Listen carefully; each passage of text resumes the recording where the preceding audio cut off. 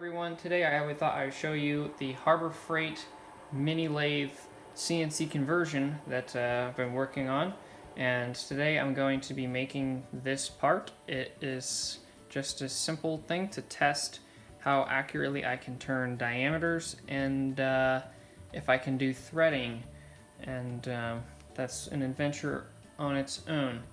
So this machine has just some 3D printed couplers for the stepper motors. There's a little bit of, maybe backlash introduced there, but it's working. And then there's grbl motion controller. And then the other upgrade that I've done to this is I've added a spindle index. It's just a little optical encoder that will allow the threading to be possible, because it needs to know, it has to have a reference point on the spindle to count RPM and also to know when to start moving the tool so that you cut the threads in the same place. And I'm doing the first real part here, and I'm very impressed with the surface finish. It probably can get better than that, and the tool might not be that sharp, and there's a lot of things going against it.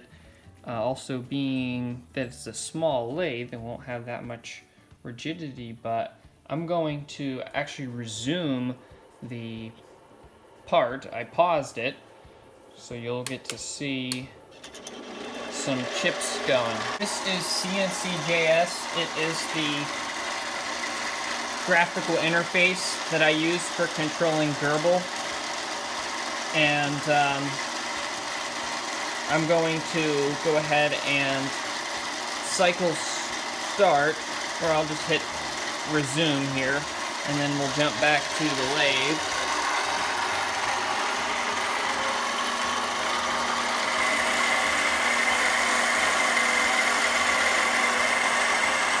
That's looking pretty good.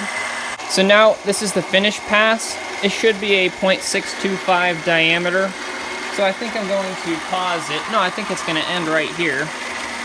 And then we'll get some calipers. And using these calipers, I think that it's within a thou. So what I'll do next is turn another diameter. It'll be 0.422, half an inch down. That's the major diameter of a 1/2-13 thread. Then I will switch the tool post around so I can use the 60-degree tool. I've written the G code for op 3, which is turning the major diameter of our 1/2-13 thread. I misspoke in the last video. I said 0.422. That'd be the minor diameter. And if I took it to 422, there'd be no stock left to cut threads into. So thankfully got that, and we're going to take it from 0.625 down to 0.5, and we're going to leave this shoulder at 0.625 up here, and then there will be some threads on the 1/2 inch portion. Alright, I'm going to spin just a little bit faster than last time since we're at a smaller diameter, and here we go.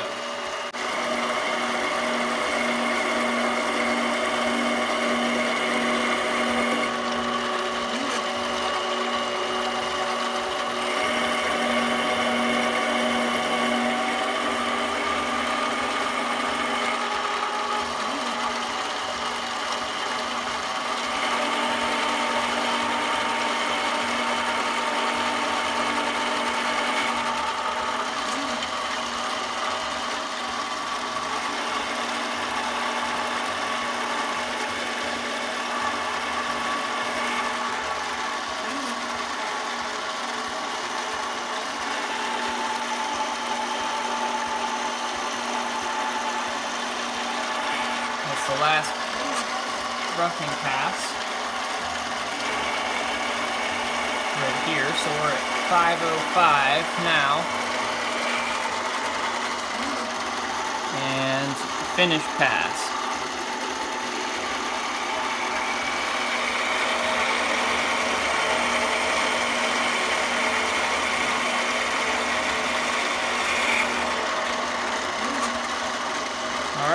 This time it is about 15 thou too small.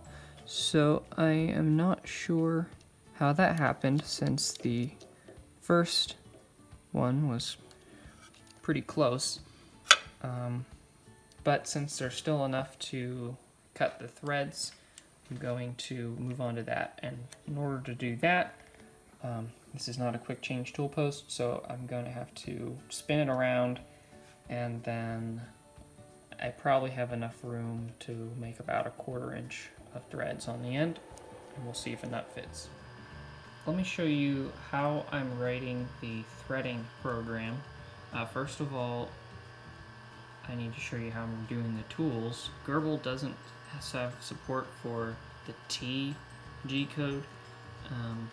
Instead, what I'm doing is using coordinate system offsets for each tool. So G54, coordinate system 1, is no tool, it's machine coordinates, and then 55 is my turning tool, and 56 is the threading tool.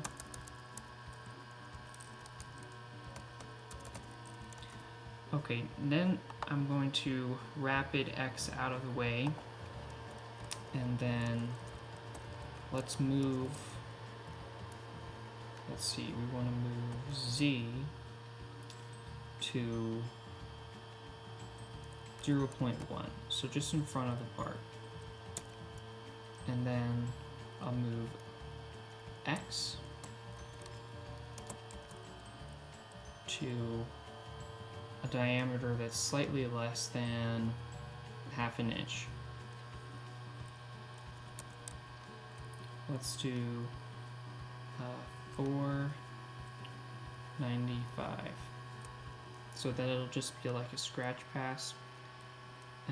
And now I'm going to issue the threading command, which is G33, and you specify which axis you want to move.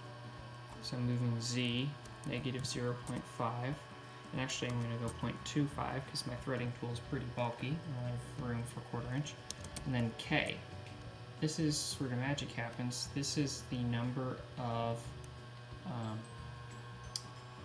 units per revolution. In my case, it's inches per revolution, which is the same as the thread pitch. A 1/2 13 screw has a thread pitch which is 1/13, or 76.9 thousandths. So 0.0769, and that's pretty much it. grbl will wait a couple revolutions to calculate the spindle speed, and then it will move the z-axis in sync. That is, every time the indexed location on the spindle comes around,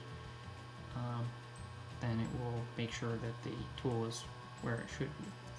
So the only thing left to do would be to repeat that G33 and do several more passes, and each time cutting a little bit deeper until we're at the final depth.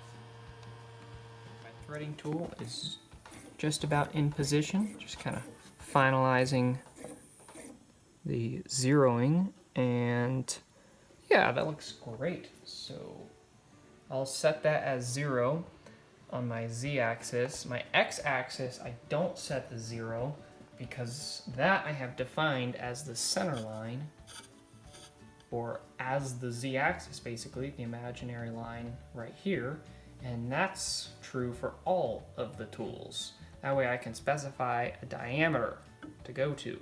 But for the z-axis, right now I'm just moving it around and zeroing it as I please. Okay, so I'm going to run the threading program, and we might be cutting air since it turned out about 15 thou smaller than 1/2 inch, but that's okay for now. We can always go deeper. It's time to do the threading, but first take a look inside my control box and see that blue LED that's blinking when I turn the spindle. That is the spindle encoder. It's just a single tick per revolution, and it uses that as the index so that it always starts at the same place when you begin threading. That way the threads will line up, and it helps keep the thread feed rate consistent.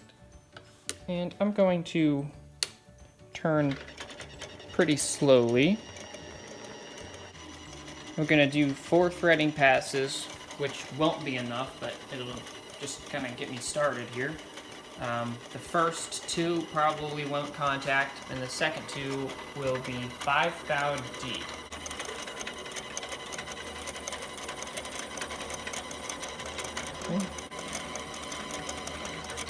Okay.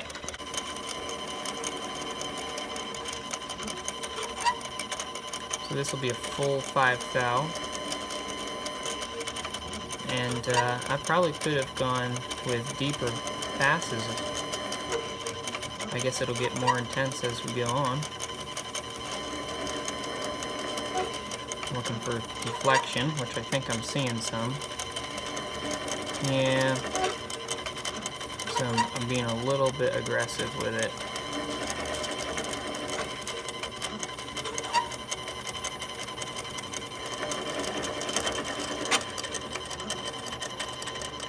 Alright, I can feel the first thread wanting to start, but we have a long way to go.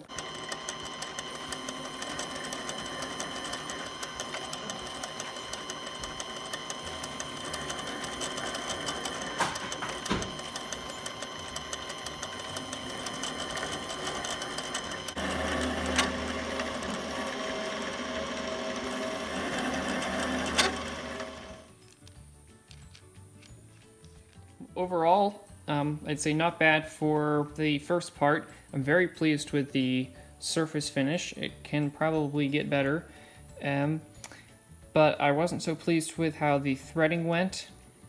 Half 13 was just a little bit deeper threads than I thought, and I think that well, for one, the fact that I was holding it too far out, I just wasn't doing a proper setup. So with a little bit better thought, it probably would have worked. But the fact that it was sort of doing the threading thing is incredible. And I hope to be able to do more advanced like taper threads and stuff like that in the future. So I hope that you are inspired by this little miniature CNC conversion. Thank you for watching.